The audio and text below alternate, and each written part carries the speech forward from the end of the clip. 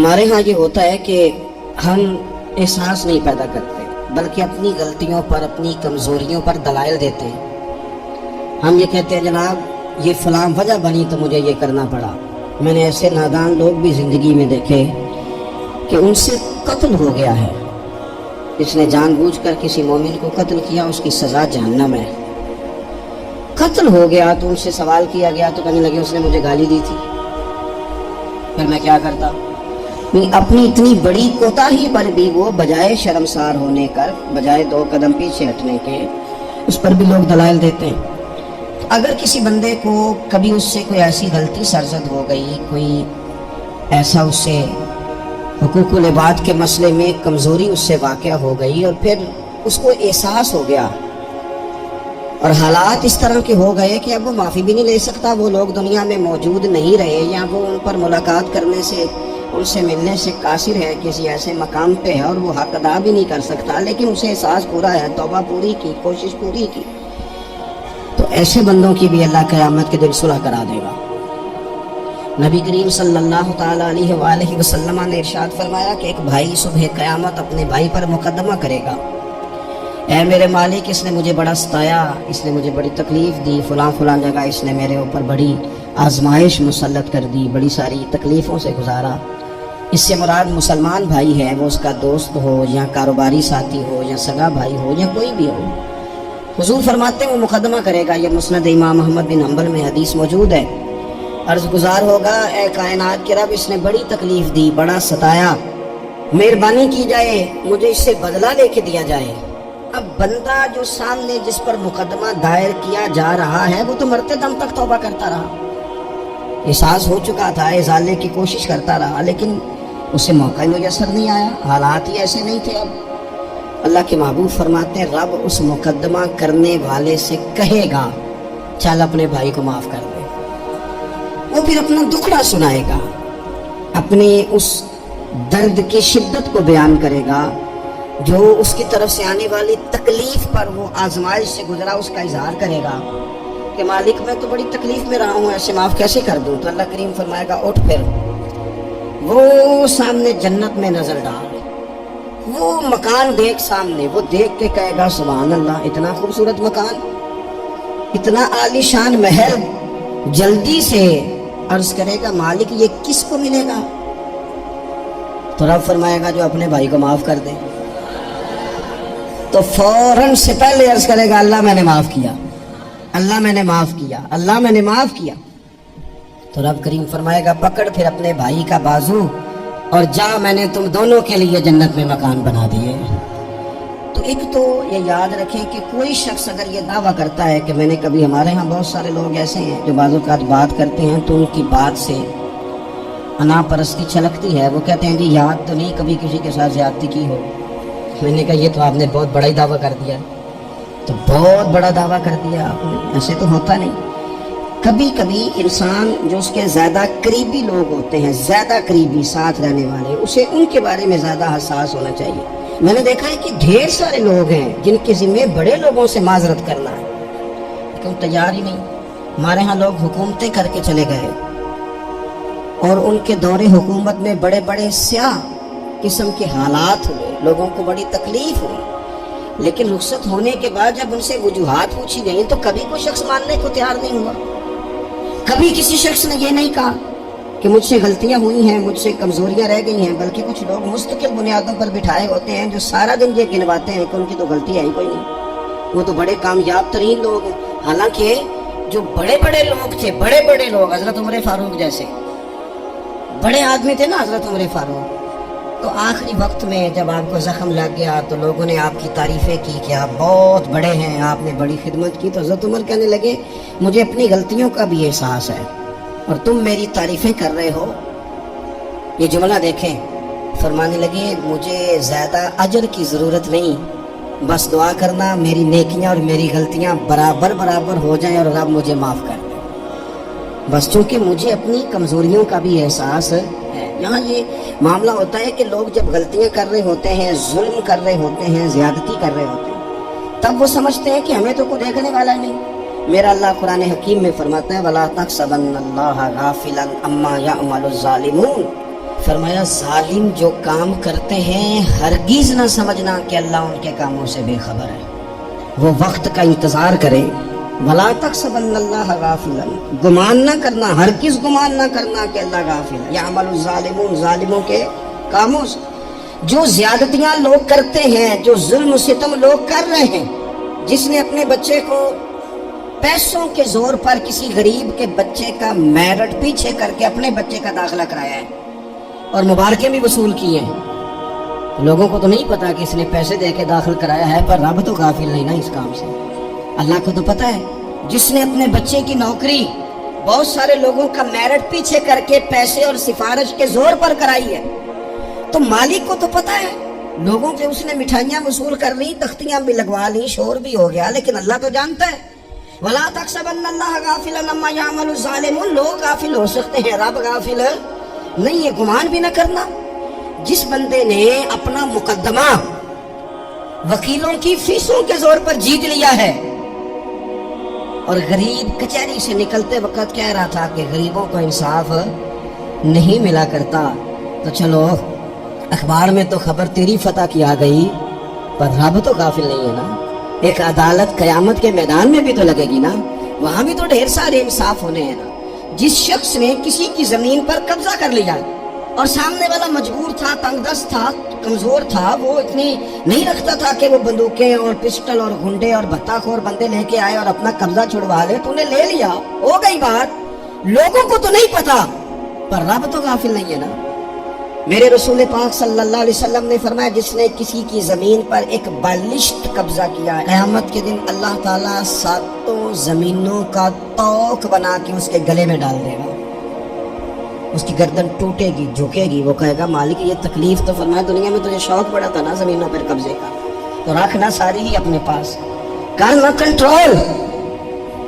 لڑ لڑ کے تھک گئے، حالات خراب ہو گئے، بہنوں کے حصے کھا گئے، پڑوسی اگر مجبور تھا تو بیچنا چاہ رہا تھا تو اس پر سٹے لے کے آ گئے کہ یہ کسی اور کو بیچ نہ سکے، دے تو مجھے ہی دے۔ قانون کو کٹ پتلی بنا کر اپنے ہاتھوں میں کھلواڑ کیا، مستقل بنیادوں پر پکے پکے قانونی مشیر رکھ لیے، سمجھا کہ دنیا کو تو پتہ نہیں چل رہا۔ وَلَا تَحْسَبَنَّ اللَّهَ غَافِلًا عَمَّا يَعْمَلُ الظَّالِمُونَ، رب تو ظالموں کے کاموں سے بے خبر ہے نہیں ہے، اللہ تو بے خبر نہیں۔ بڑا کچھ لوگوں نے کیا، بڑا کچھ کیا، بڑی بڑی زیادتیاں پس پردہ کی، بڑے بڑے حقوق پہ ڈاکے ڈالے، بڑا کچھ ہی ہوا، لیکن پھر آرام کی نیند سو گئے۔ انہوں نے سوچا کوئی سوال جواب نہیں، کوئی بات نہیں، کوئی پوچھنے والا نہیں، تو مٹی دے تے مٹی رہنا ہی، ایمی قادی بلے بلے، آج مٹی دے اتے بندے آتے، کل مٹی دے تھلے۔ بعض لوگوں کو بات کرنے کا سلیقہ زیادہ آتا ہے، پنچایت میں جیت جاتے ہیں۔ بعض لوگ وکیل مہنگا لے لیتے ہیں، ویسے وکیل مہنگا ہوتا کیوں ہے؟ وکیل کے مہنگا سستا ہونے کی وجہ کیا ہے؟ قانون آئین تو ایک جیسا ہے نا، دلائل تو قانون کے اندر ہی دینے ہیں، کتابیں سب نے ایک جیسی پڑھی ہیں، ڈگری بھی سب کے پاس ایک ہی ہے، ایک ہی ملک ہی ہے، تو یہ مہنگے سستے کا کیا مطلب ہے؟ وکلاء کے زور پر مقدمے جیتے جاتے ہیں، وکلاء کے زور پر۔ اور اگر خبریں ایسی بھی ہوں کہ بعض عدالتیں بھی پریشر قبول کرتی ہیں، بعض ادارے بھی پریشر قبول کرتے ہیں، پھر ملک نہیں بنا کرتے، پھر صرف کشتیاں لڑی جاتی ہیں، صبح سے شام تک کشتی لڑو اور شام کو کہنا کہ نہیں رزلٹ ٹھیک نہیں آیا، جو ریفری تھا، جو امپائر کھڑا کیا تھا، اس نے کہا نہیں یہ کھیل دوبارہ ہوگا، سویرے پھر شروع کر دو، ٹھیک ہے۔ باہر جو لوگ ہیں بیچارے وہ اپنی جگہ پہ ہیں تو ہیں، ختم ہو گئی بات۔ آپ دیکھ لیں ہمارے ملک میں جتنے بھی سنجیدہ فکر لوگ ہیں وہ زیادہ پریس کانفرنسز نہیں کرتے، وہ زیادہ شور شرابہ نہیں کرتے، کچھ پکے لوگ رکھے ہوئے ہیں جن کی ڈیوٹی چرب زبانی ہے، جن کی ذمہ داری ہر وقت آنکھ کو بھڑکا کے رکھنا، جن کے ذمہ یہ کام لگایا جاتا ہے، سوائے اس کے انہیں کچھ بھی نہیں آتا، صرف اتنا ہی جانتے ہیں کہ ہم نے سامنے والے کی پگڑی کو کیسے اچھالنا ہے۔ تو کبھی بھی کسی موقع پر بھی کسی کی ایک پائی بھی ظلمن کبھی بھی اپنے قبضے میں نہ لے۔ یاد رکھنا رزق زیادہ ضروری نہیں ہوتا، رزق برکت والا ضروری ہوتا ہے، تھوڑا ہو لیکن اس میں برکت ہو، کثرت سے کام نہیں چلتا، برکت سے کام چلتا۔ بہت پیسے ہوں لیکن ان میں برکت ہی کوئی نہ ہو، آتے بھی جا رہے ہیں اور جاتے بھی جا رہے ہیں، کوئی سمجھ نہیں آ رہی۔ تو ظلم اور زیادتی اور جبر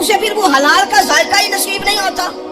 اپنی زندگی میں جائز پیسہ، رزق حلال، طیب طاہر، صاف ستھرا، کبھی ظلم نہ کرے، کبھی زیادتی نہ کرے. کبھی حضرت سعد بن ابی وقاص رضی اللہ تعالیٰ عنہ نا کچھ بانٹ رہے تھے تو ایک شخص نے آ کے کہا، یہ بخاری میں آپ کو ملے گا، اس نے آپ پر 3 الزام لگائے. کہنے لگا ایک تو آپ جہاد پہ نہیں جاتے حالانکہ بڑے مجاہد تھے، دوسرا آپ بانٹنے میں احتیاط نہیں کرتے، تیسرا جناب آپ غریبوں کو ترجیح نہیں دیتے. 3 الزام اس طرح کے اس نے آپ پہ لگائے، ناانصافی کا، معاذ اللہ، جنگ پہ نہ جانے کا. حضرت سعد بن ابی وقاص کو بڑی تکلیف ہوئی. بد دعاؤں سے بچنا چاہیے. حضور نے نام لے کے کہا مظلوم کی بد دعا سے بچنا. دکاندار کپڑے دیکھ کے اہمیت دیتا ہے، کپڑے دیکھ کے. اگر دکان پہ چڑھنے والا مہنگے کپڑے پہن کے چڑھا ہے تو اٹھ کے کھڑے ہو کے مال دکھاتا ہے. اگر کپڑے پھٹے پرانے ہیں اور خاتون نے جو گود میں بچہ اٹھایا وہ بھی غریب ہے تو کہتا چل چل، انہیں خریدنا کچھ ہے نہیں. یہاں سے ظلم شروع ہوتا ہے. یہاں سے بندہ دیکھ کر لوگ اس کے ساتھ رویہ اختیار کرتے ہیں. بندہ دیکھ کر، میری غربت نے کیا مجھ کو زمانے میں بدنام، تیری دولت نے تیرے عیب چھپا رکھے. حضور فرمانے لگے مظلوم کی بد دعا سے بچنا. جب وہ اپنے ہاتھ اٹھاتا ہے نا رب کی بارگاہ میں تو پھر آسمان کو بھی حکم ہوتا ہے تو درمیان میں ہٹ جا، کوئی شے نہ ہے اسے سیدھا اللہ کی بارگاہ میں پہنچنے. ہٹ جاتی ہے ہر چیز. مظلوم کی بد دعا سے بچو. حضرت سعد عزت دار آدمی تھے. لوگ عزت داروں پر بھی ظلم کرنے سے باز نہیں آتے. حضور کے غلام تھے، نبی پاک کے سچے سچے صحابی تھے. اس نے جھٹ سے منہ کھولا الزام لگا دیا، سوچا سمجھا ہی نہیں کہ میں اس شخص کے بارے میں بات کر رہا ہوں جس کی صبح اور شام میں حضور کے ساتھ وفا کرتے گزر گئی. بخاری میں موجود ہے. ظلمن بات کی، ظلمن کہنے لگا نہ جہاد پہ جاتے ہو، نہ مال غنیمت انصاف سے بانٹتے ہو، نہ عدل کرتے ہو. الزامات لگاتا. حضرت ساتھ چپ کر گئے. کئی دفعہ نفیس آدمی وہ اس کو تکلیف ہوتی ہے وضاحت دیتے بھی کہ میں وضاحت دوں. آپ اب یقین کریں وضاحت دیتے بھی تکلیف ہوتی ہے. حضرت سعد بن ابی وقاص خاموش ہو گئے، چپ کر گئے. لیکن اس وقت سے ڈرنا چاہیے جب کوئی اپنا مقدمہ رب کی بارگاہ میں پیش کرے، رات کو اللہ کے حضور شکایت کرے. حضرت سعد بن ابی وقاص نے 3 دعائیں کی اس کے لیے. دعائے ضرر، بد دعائیں دی 3. کون سی؟ کہا اے اللہ اس کی عمر لمبی کر دے، اے اللہ اس کا فقر بڑھا دے. تیسرا کہا اے اللہ اسے فتنوں میں مبتلا کر. اس نے مجھے اذیت دی، تکلیف دی، میں نے تو ساری زندگی وفاداری میں گزاری اور یہ مجھے کیا کہہ گیا جاتے ہوئے. ایک تابعی بزرگ ہے وہ فرماتے ہیں، بخاری میں موجود ہے. تابعی بزرگ فرماتے ہیں میں نے اس بوڑھے کو دیکھا اتنی عمر لمبی ہو گئی تھی کہ بھویں جھک گئی تھی اور حال یہ تھا کہ مانگتا پھرتا تھا. ایک دفعہ روٹی کھاتا تو بھوک ختم نہ ہوتی، پھر مانگنا شروع کر دیتا. فقر لمبا ہو گیا.